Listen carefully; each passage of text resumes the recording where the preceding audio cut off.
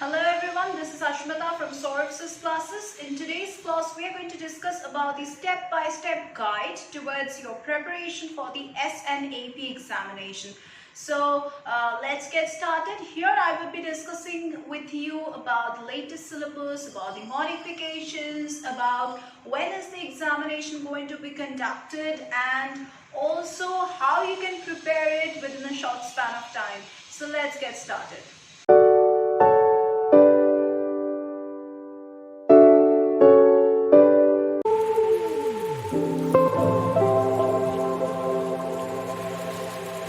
SNAP preparation is not that very difficult if one is preparing for the other MBA entrance examinations, like you can say CAT examination if you are preparing for, or XAT examination, you can call it SAT examination, as the syllabus is by far like almost the same for all the MBA entrance exams. However, if someone is preparing for the SNAP examination, that person should start as early as possible. Because I have been mentioning in my previous videos that you need to start your preparation for any kind of examination as early as possible. Alright. And the ideal duration for the SNAP examination preparation is once again just like the other MBA entrance examinations. You need to start at least 6 months before your exam. That's the maximum. I would say that's the minimum time that's required, okay, for any kind of preparation for this exam. Now, talking about depending on your SNAP syllabus, you should start your preparation. Now, if you are a fresh graduate from science and technology, then from science and technology background, you may need less time for the SNAP exam preparation. But if you are from some sort of non-technical background, you have to work for a couple of years in order to finish off your syllabus for the SNAP examination.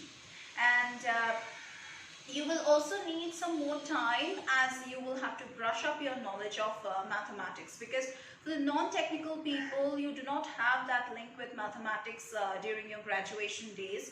So you need to once again go through those maths, and for that you need regular rigorous practice.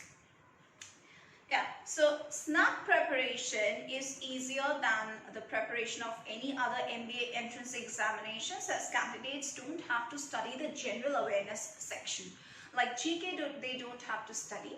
So in today's class, we are going to discuss about certain key tips and strategies that you can follow to prepare for the SNAP examination. Now, when we are talking about the SNAP exam preparation, the SNAP examination is conducted in the month of December. That is, it's the first session which is held during the month of December and January, and in the month of January, the second and the third sessions are held.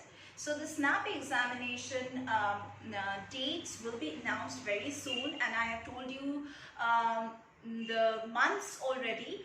And mainly the dates are announced in the month of August, so you need to wait till then for the official notification to be released. And candidates who are interested in the SNAP examination obviously must begin their preparation at least 6 months before the exam date. Now, first of all, you need to make a plan. For anything, try to make a plan. Because after all, you have a huge syllabus, you need to complete it, you need to identify your weaknesses, your strengths, which requires a lot of time. So you need to make a plan for that. And SNAP preparation plan should include your SNAP preparation books as well as study materials. It should also include setting the timeline for completion of your SNAP syllabus. It should also include practicing the SNAP mock tests and sample papers, and it should also include preparing an exam day strategy. Okay, like what you are going to do just before the exams and what you are going to do on the day of the examination. That strategy also you should be preparing. SNAP examination comprises of English, you have quantitative ability section, you have data interpretation section, you have analytical reasoning section, and you also have this logical reasoning section. And the candidates approach towards each section should be different, okay, because you cannot have the same approach towards English and mathematics. So your different approach will lead you to secure good marks in each of the sections. And you need to keep in mind which section is your strength, which section is your weakness. And let me tell you that this SNAP examination would be of 60 minutes, that is 1 hour, and there would be 60 questions in MCQ format, that is the multiple choice format, would be given. For section 1, you are having the GE section. For section 2, you are having the arithmetic and logical reasoning section. For section 3, you are having this quantitative ability section. In section 3 only, you are having this quantitative ability, the DI and the DS. So all included in one section. There would be 1 mark awarded for each correct answer, and there would be minus 1/4 marks for each incorrect answer. Let me convey to you all about the exam pattern. Like, exam pattern and syllabus keeps on changing. So you need to know the latest updated SNAP exam pattern. Okay. So the SNAP exam was last revised in 2020 year. Okay. And the total time duration, the total number of questions and the total marks were reduced. So SNAP 2022 question paper will also be prepared on the same pattern. And hence, here I'm going to tell you what number of questions and how much marks are allotted to each question section. Talking about the general English portion, which includes the reading comprehension, then verbal reasoning, then verbal ability, you have all total 15 questions. Yes, that's 15 questions, and you are having 15 marks in total for this section. Next, moving over to the analytical and logical reasoning section, that is in short form, we call it the ALR section. Here you have around 25 questions, and as you know, 1 mark for each answer, so 25 marks in total for this section. Next section, you have about this quantitative, data interpretation and data sufficiency, that is QA, DL and DS in short form. Here you are having 20 questions, and as you know, 20 marks would be allotted to this section. So in total, how much it is coming? It's around 60 questions, and all total 60 marks would be awarded. So we have already discussed about this SNAP marking scheme, but still I would like to repeat about that. Like for each correct answer, for each right answer, 1 mark would be awarded. And for each wrong answer, 1/4 of the total marks per question will be deducted. And there would be no negative marking for any kind of unanswered questions. Of course, you should be requiring like a section-wise strategy and tips, right? Because after all, you need to go through each of these sections with a different approach, as I have told you. So let us start discussing with the English section. That's the general English I'm starting with. Now this section of SNAP is divided into 3 parts. Namely, reading comprehension. Next you have verbal reasoning. And thirdly, you have this verbal ability. Alright. So these 3 sections are there in the general English portion.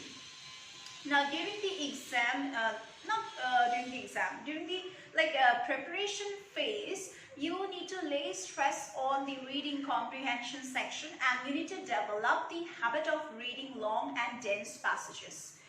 And also you need to read newspaper editorials, then you need to go through books, novels and also business magazines. Now for the verbal ability and for the verbal reasoning sections, be thorough with the concepts in the early phase of the SNAP preparation. Candidates also can tackle the English grammar part well if the concepts are clear to them and they have developed strong base in it. So that portion is quite easy to tackle. Okay. Talking about the parajumbos and the sentence correction portion, those require a good amount of practice, and which definitely you will be able to achieve with the SNAP sample papers if you go through them, and mock test series if you go through them each and every day. Next you have this analytical and logical reasoning section. Now we have already discussed about the general English portion. Now we are moving over to the logical and the analytical and the logical reasoning section. Now this section of this examination will have questions like, once again, it will have MCQ based questions based on graphs, bars, then you have pie charts, you have visual reasoning, you have cause and effect based questions, you have coding, decoding based questions, puzzles, and so on. Now the key to perform well in this section is enough practice, of course, and the ability to choose the right question.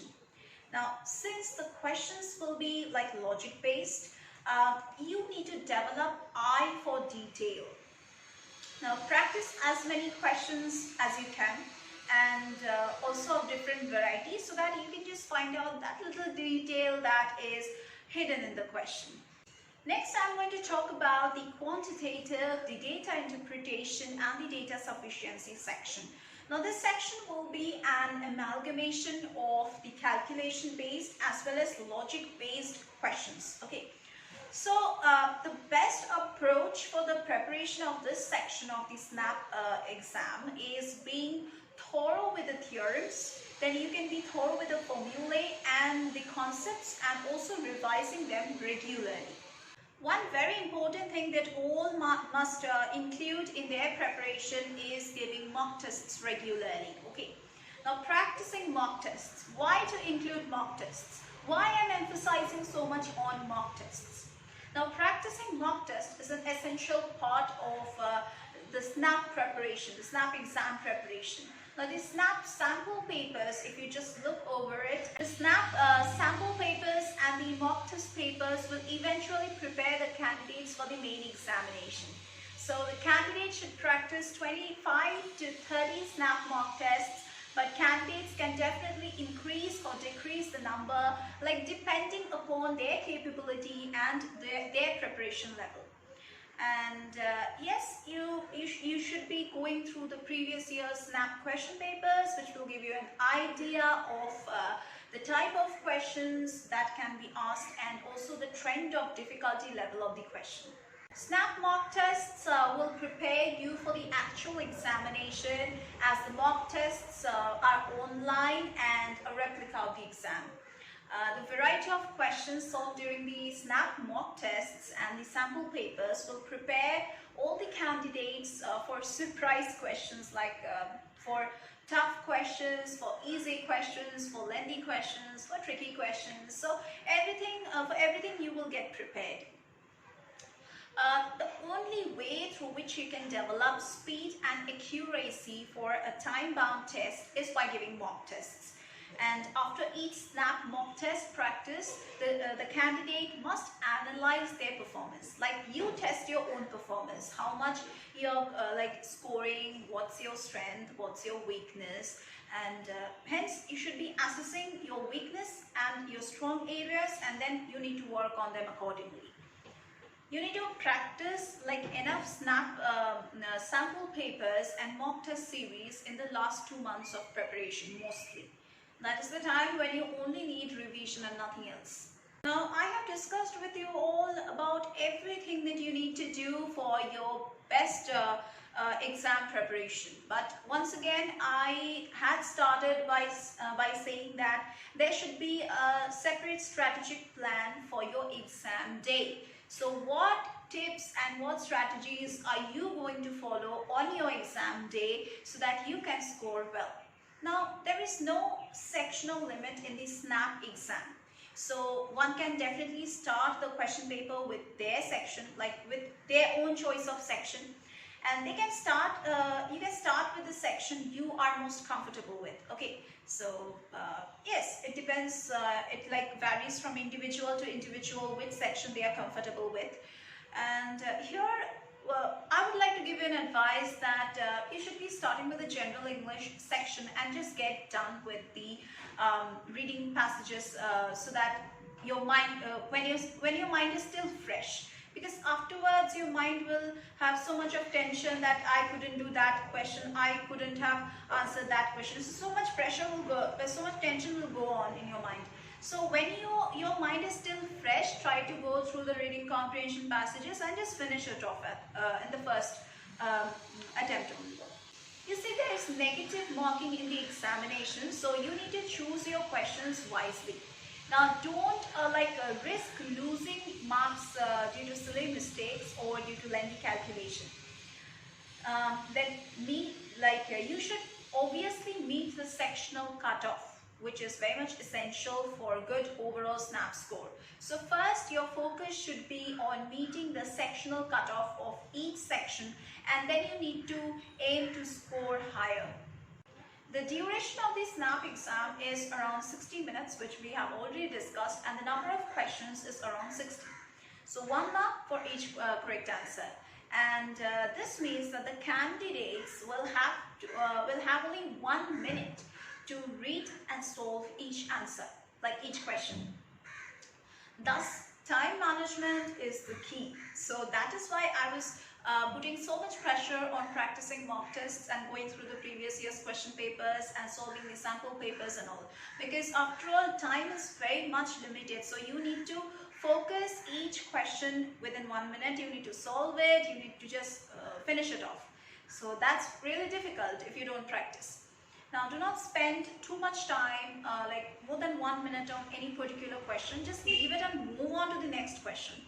Yeah, so that was all about the SNAP examination. Hope so you're preparing well in advance for this examination. If you're serious with it, if you want to just crack it in the first go with flying colors. So if you follow our tips, you can definitely score well, and self-study and guidance is very much required for your exam preparation and to score well. So if you need any kind of guidance, if you have any doubts, we are there to help you out. Here our expert teachers will help you out with everything, like from providing you with notes, like solving the previous year's question papers, solving the answer papers, taking mock tests, crash course facilities, scholarship facilities, doubt clearing sessions, everything is available over here. So if you want to join our classes, you just need to go to the description box below this video. You will get it, and there you will get the contact details, the website link. From there you can contact us. Anytime you call us, we are going to sort out all your queries, and if you have any other queries, you can just post down in the comment box below, and we are there to answer that. That's it for today's class. We're going to meet once again in our next classes.